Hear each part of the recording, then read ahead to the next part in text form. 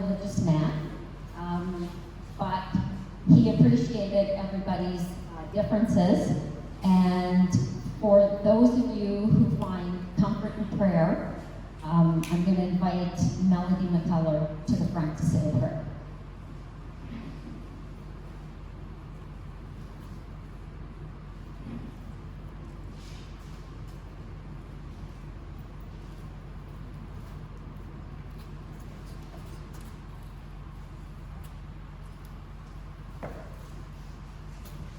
Folks, let us take a moment for prayer.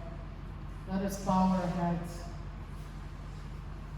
Creator, we come before you this day as we celebrate the life of Rick Reis.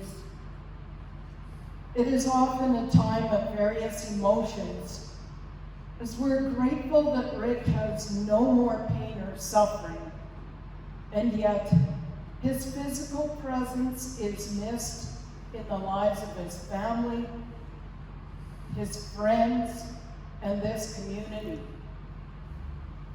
Grief cannot be rushed as it ebbs and flows like the little Broken Head River. We hold close to our hearts each fond and loving memory and stories that come forth when his life has interacted with each of ours. We give thanks, Creator, for Rick's values and his unwavering commitment to our community as a firefighter. As we gather this day to remember and truly celebrate the life of Rick, I ask, Creator, that you hold close and embrace his family and friends with your presence. We hold in our hearts his partner of 36 years, Melissa, his daughter, Nicole, his grandchildren, Sarah, Aya, Noor. We hold in our hearts his mom, Fern, his sister-in-law, Deidre, and nephew, Daniel, and niece, Darcy. We hold the entire Beausejour Broken Head Fire Department, brothers and sisters, in our prayers and in our hearts. As they navigate this new journey forward, may they feel your comforting peace, love, and presence. Fill them with renewed strength for each step of the way. Amen.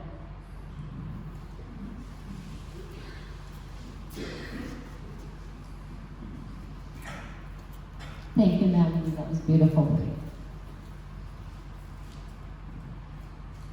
Rick and I built a simple but good life together. We shared 36 years. He became dad to our daughter, Nicole, and he is grandpa to Sarm, Aya, and Noor, who will all miss him very much. We had a lot of good times together, especially with the fire department, the RCMP, and the motorcycle group. Rick and I were always there for each other. Rick was especially supportive as I began shaping my hobby of quilting into a business.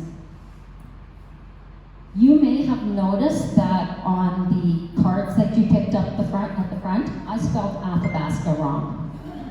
I was upset when I did that, and then I thought, Rick would say, oh, that'll just remind you that I wasn't perfect. So I went ahead with the cards anyway. Of course, no relationship is perfect, and Nicole and Rick had a long conversation in the hospital, and something he said just rang true, and I wanted to share with you. He said, sometimes I don't like Melissa because she aggravates me, but I still love her. Rick could always make me laugh. We both laughed through our first lunch date. I hope the stories you hear here today will also make you laugh, because I want to celebrate his humor more so than the sadness. One of the things he always said when he died, he said, "I want to be in a coffin, and in the middle of the service, I want to pop up sitting." The other thing he said was to have a speaker in the coffin, and so he could just start talking. So that gives you an idea of his sense of humor, and I think I want to celebrate that here today. So before I met Rick, he had some very good friends, and some of those are still good friends. So I'm going to ask Lonson Purdy to come forward and tell us some stories about his youth.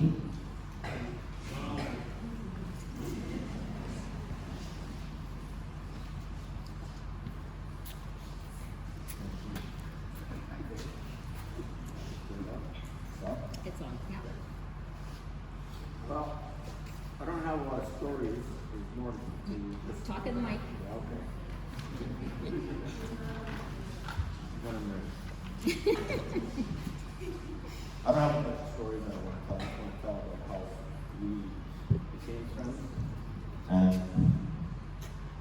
how we got along and all that kind of stuff. Yeah, keep it close. My time knowing Rick. We met when he came to school in Salford in grade 10. I was in 11. And I did see him in the clouds and the stories he would use the stock boy, but didn't really talk. We rode the bus to school together and hung out at over the table in Lord Salford Company. Okay. She's positive. So we found common interest in my brother, Chris, and Rick, and I soon became close friends. And together we'd be together most weekends and come up with some shenanigans to entertain ourselves. Thank goodness we didn't have these phones that we do now. Yes, but yeah, it wouldn't be good. And when Star Wars came out, we went to see it, and we would take someone else every time. So we had a reason to go see it. I think we went 7 or 12 times that spring of '77. More often than not, we'd be out at my parents' place at Sutton's Corner. And they were there so often that Rick and Chris were treated like part of the family, and we'd call them Mom and Dad. Grade 12, we joined the car ride club. And I was Rick's navigator, because I like telling him what to do. And John and Chris were another team, so there was a rivalry there. And Rick was the driver, but mostly because he could get his dad's 240Z. So that was a fun car to drive around in.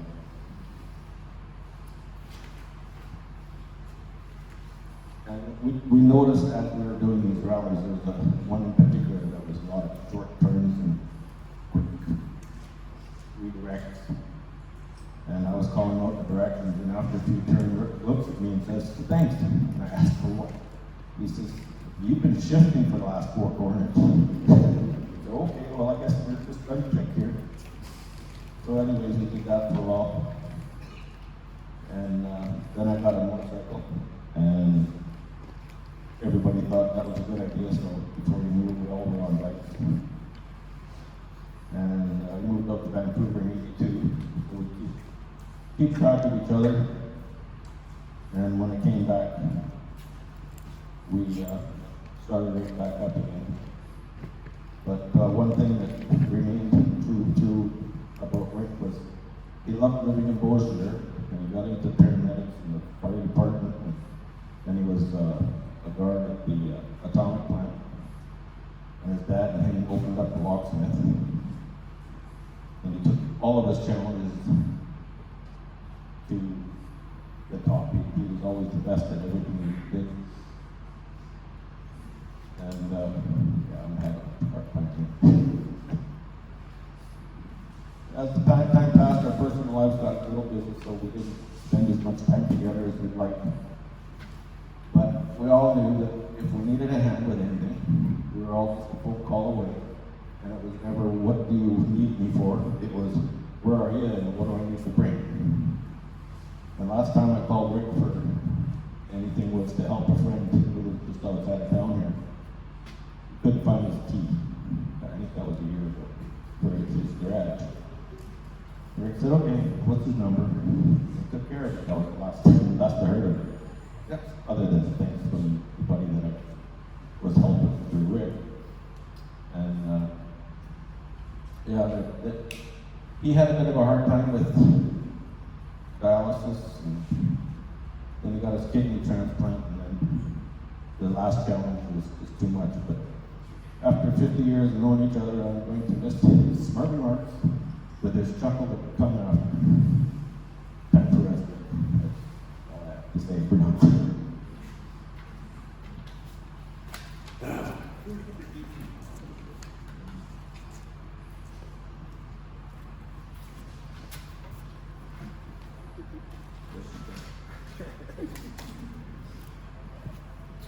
So Rick had a few passions: motorcycles, dogs, and politics. So in his younger years, he always had a motorcycle. In 2005, he decided it was time to ride again, so he bought himself a bike. After about 2 years, he upgraded to a bike that was more comfortable for both him and me. We joined a Yamaha group where we met many great people, spending time riding with them during the summer months and getting together with them during the winter months. He rode until a few years ago when he was starting to feel that his balance was going off. So eventually he sold the motorcycle, and then he traded in his car and got himself a Ford Explorer Sport. He loved to put that vehicle in sport mode and just gun it on the highway. We would regularly hit the road with no destination in mind and just drive. He just loved to drive. Rick had a special relationship with dogs. The 2 dogs we had quickly became his dog, and you knew it was his dog. When we would visit someone with a dog, the dog would right away realize that Rick was a friend. And so the politics. He listened to political podcasts. He watched the House of Commons proceedings and shared his political opinions on X. He even got banned a couple of times. Or suspended, I guess. When I looked at his phone after he passed, there were about 1,500 photos. 250 of them were Buddy, our dog, the family, and other important things. The rest of them, so the 1,250, were political memes that he liked to post on Facebook or X or wherever. I could always guarantee that at some point during any visit with anybody, he would at least attempt to turn the conversation towards politics. I also need to mention that Rick liked to cook. When he retired, he took on most of the cooking because I was still working. But what he liked more than cooking was grocery shopping. He went almost every day, sometimes more than once a day, just wandering the aisles, deciding what he was going to cook for supper. It was great. I have to now cook for myself again. So unfortunately, Rick has been plagued with health problems for a long time. He had a bout of very high blood pressure about 25 years ago, which led to his kidneys starting to fail.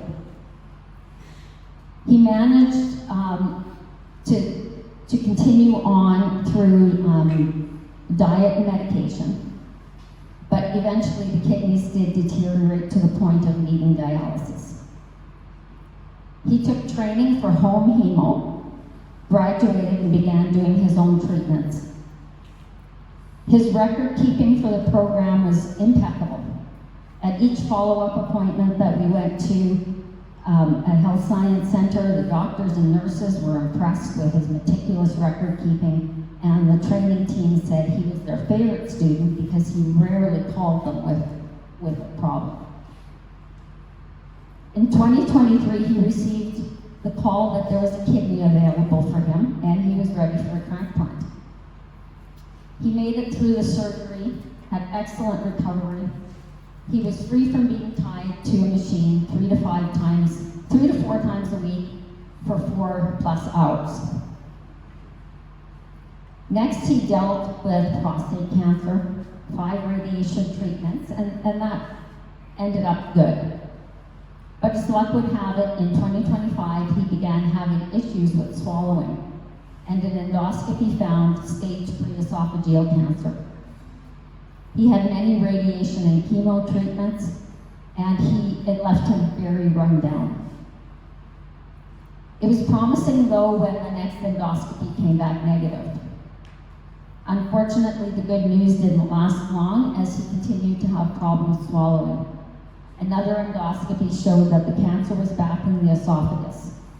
But before treatments could resume, I had him in emergency 5 times. Finally, he ended up at Health Science Center for exploratory surgery, where they removed part of his intestines due to a blockage. Initially, the blockage looked like it was a bad infection, but when the test results came back, it showed that the esophageal cancer had metastasized and end of life was imminent.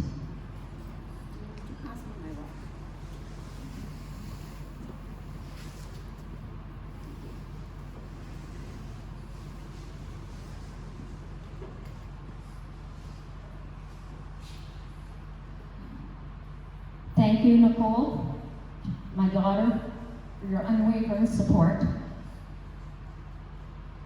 Being there for the hard parts, making sure I was eating and looking after myself while Rick spent his last month in the hospital. Nicole would like to share some thoughts now.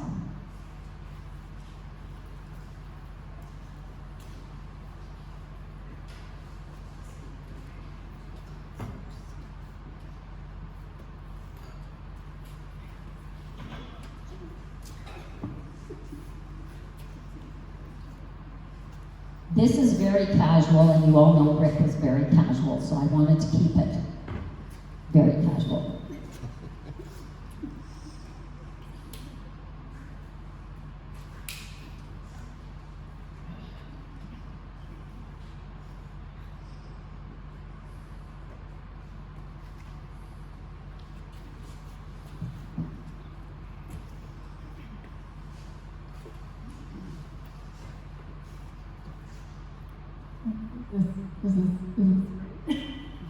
Can you hear me? Yep. Okay. On the surface, my dad and I were very different. We butted heads a lot, as parents and children tend to do. I stayed up late, he woke up early. He always had the TV or radio on for background noise. I prefer the quiet. He ate quickly, I'm a slow eater, and of course, the politics. But below the surface, we were similar in a lot of ways, like our urge to make silly faces or poses while taking pictures, and our use of dark humor in serious situations. We would often tease and see if we could get a reaction out of each other when we were bored at official ceremonies or funerals, which made my mom uncomfortable as we'd be exchanging glances or giggling under our breath. Sorry, Mom. Some of these similarities I've only come to fully realize since he died. For example, all of the collections of random hobby tools in his shop, unfinished projects, multiples of similar tools, like, did he really need 4 soldering irons? I don't know. But he didn't really use them, to my knowledge. And the fact that he started consistently writing in a journal, Although he only got about 5 pages in before probably forgetting about it and moving on to something else. So for somebody who always gave me a hard time about not throwing things away and not following through on projects, he sure lived in a glass house.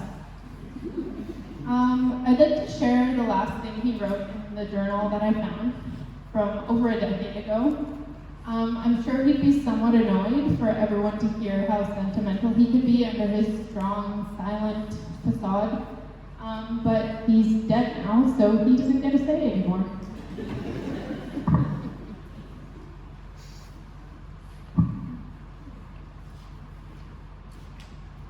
2012, June 21st.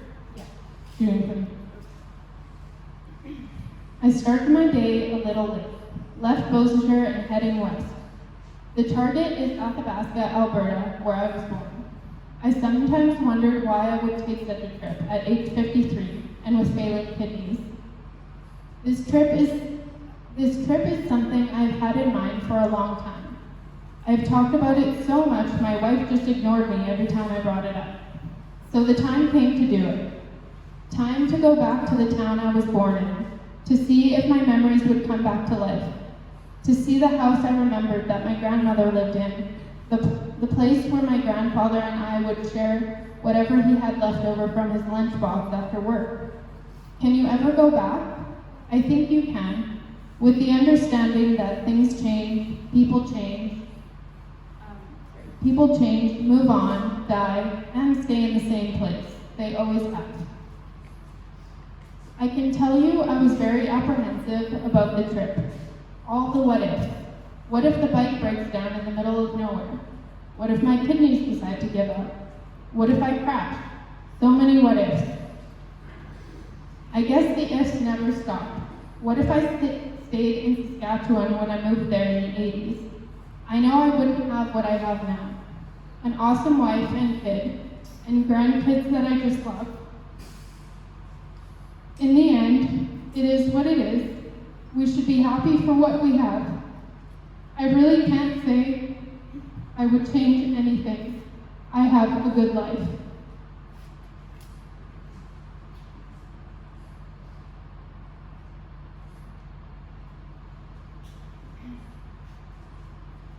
He was always there for me in his own way, whether it was giving me rides to school in Selkirk when I missed the bus, even after a long night shift, or reminding me to clean my headlights, or sending me soup with my mom when she'd come in to visit. He taught me the importance of always being prepared and staying aware of my surroundings, always giving me a hard time for not being observant. If the kids or I got hurt, my dad was the one I would go to. I could always count on him to stay calm and give me straightforward advice.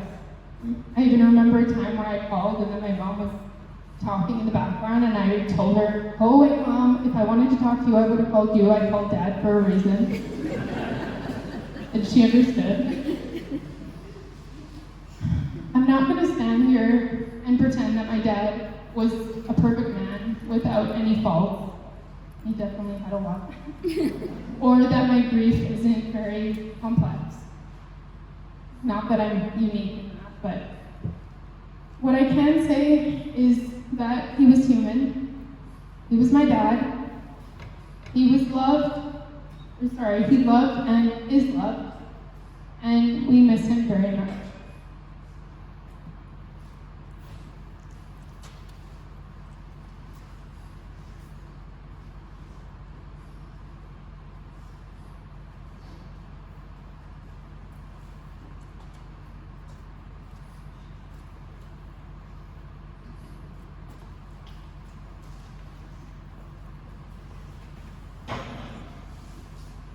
Rick was an ambulance attendant, spent many years on the Beausejour Broken Head Fire Department, volunteered as an auxiliary police officer for the RCMP. He worked for Protective Services at AECL in Pinawa. I've asked friends from these parts of his life to share some stories as well. And then if anyone else has a story that they would like to share, you are more than welcome to come up. So Lance, and then Trevor, and then Dean.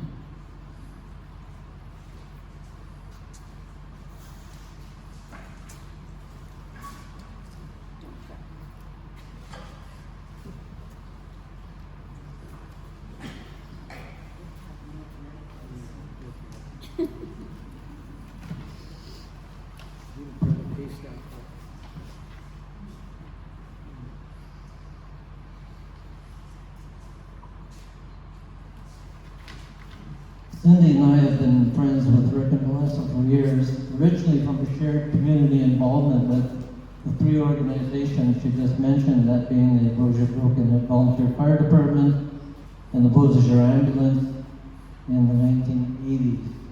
Rick and I were also two of the first recruits for the new RCMP Auxiliary Program at the Beausejour Detachment from 1992 till 2007. Rick's service to these organizations was to protect the town and the area and its citizens. Any involvement in these organizations meant missing family birthday celebrations, family get-togethers, and social events. Middle of the night call-outs for assistance, driving a patient and a medical team to Winnipeg Hospital, protecting the scene of a motor vehicle collision, or conducting a check stop at minus 30 below zero were the tasks Rick volunteered for. During his approximately 14 years with the RCMP detachment, Rick enjoyed giving presentations to school students on the topics of types of fraud to groups of seniors.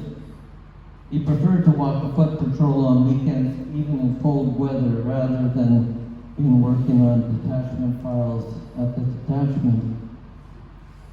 On a foot patrol, when Rick came around the corner to confront a group of youth, his steely-eyed demeanor could hold them in check until he had a chance to learn their reason for their inappropriate actions, and then suggesting what they could be doing instead at that time of night.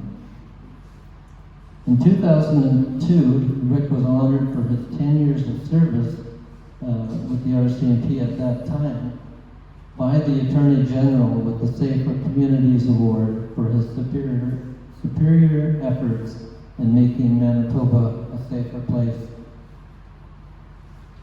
But even in policing circles, there's the opportunity for some skullduggery, for fun, to test the closeness of its members.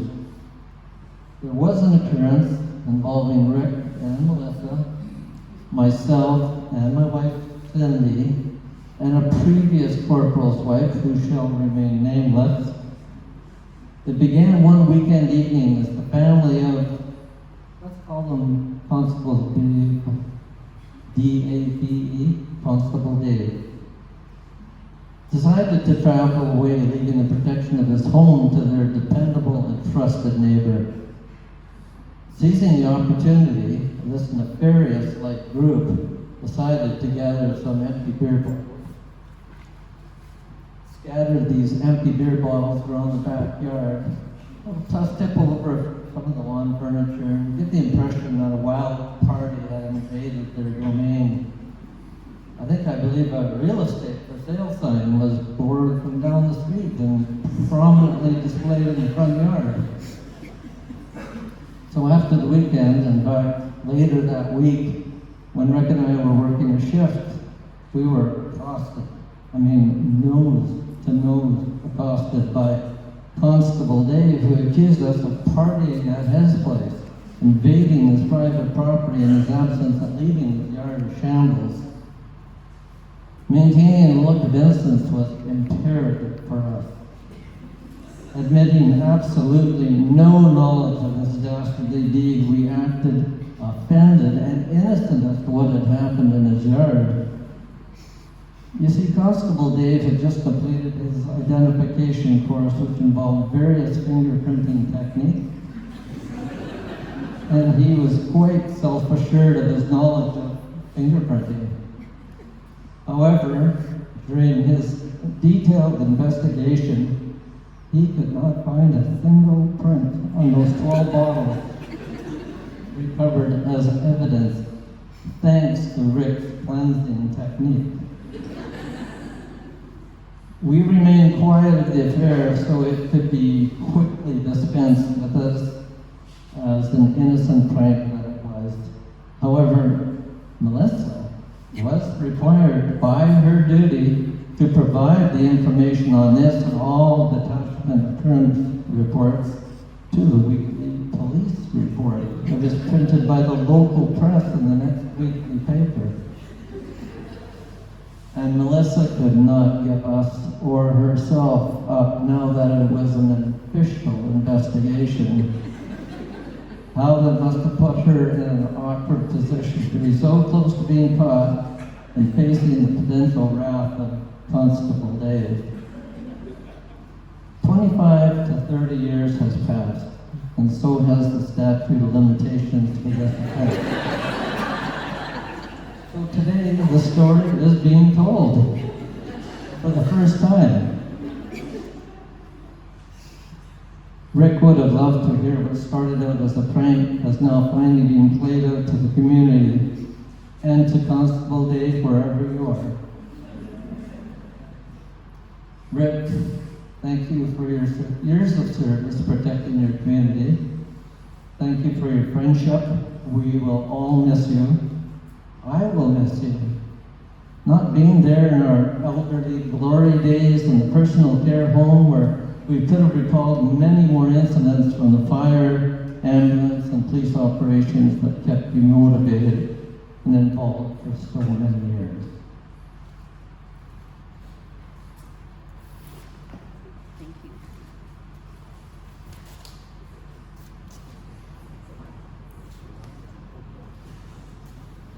I have to add that I actually took the call of the complaint and opened the file and sent the police officer to the call. Trevor, where are you? Trevor Gazelle.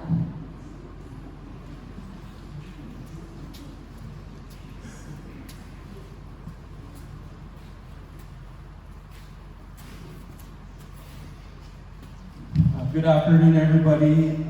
Thanks to Melissa and family for allowing me to talk about Rick. It is 25 years of Atomic Energy Protected Services. Rick started February 1st, 1990 as a firefighter, nuclear security guard, and worked his way up to senior lieutenant while he finished his career in a management role, operation training / lead. Of those 25 years I was on his crew, you know, time gets a little fuzzy and you don't remember exactly, but 10 to 12 years. I worked in the same department with him for 23, so there's many stories you can tell, and most of the guys in the back know the stories, but we tried to narrow it down. If you ever had a conversation with Rick, you have to have patience. You have to have patience. Because I would say something, and then there would be a long pause or a thought, and you could just see him. He wanted to say it, but he didn't want to rush things. He wanted to be perfect. So you had to give him that 8, 10, 12 seconds. And then he would lean back a little bit and he'd go, well, you know. And that's how he would start pretty much any serious conversation you had with him. I was having one of those in one of my, I think he was an acting senior at the time, and I was in the control room, and that was almost the end of our career, right then and there. An inspector was coming to pick up some paperwork, and there was a couple other characters involved, but we won't tell them that part of it. But me and him were having a conversation and missed the inspector coming to get some important paperwork at a nuclear site, so we had to answer to that. And I thought for sure, I had 3 kids at home, I'm going, we're done, I'm out of here. But it turned out okay, and those are the kind of conversations that we went back and forth. Some were funny, some were serious, but most of the time, Rick was always calm, mischievous, as we've heard, right? He never got caught actually doing something. He was always the guy in the background making it happen and getting you in trouble. So, and Melissa talked about his cooking, so crew dinners. You know, if you could picture your grandpa standing in a kitchen that you know, we've had for 30-some years. He's got an apron on, whatever the apron was, and he's got a towel over his hand, and he's got some steam going over here. He's got, you know, the kitchen's a mess. So you'd leave about 2 hours later, come back from patrol, and guess what? It looked the same. He was just standing there with a towel over his shoulder, his apron on, so he wouldn't get dirty. But hey, we just let him do it, and he would yell at us when we were ready to eat. So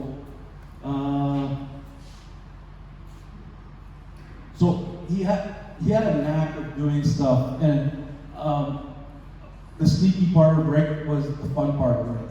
You know, so we have cameras everywhere on our site, and you know, we would borrow things, or guys would have projects just on night shifts or off shifts, and he would go around and move the item that, say, I was doing.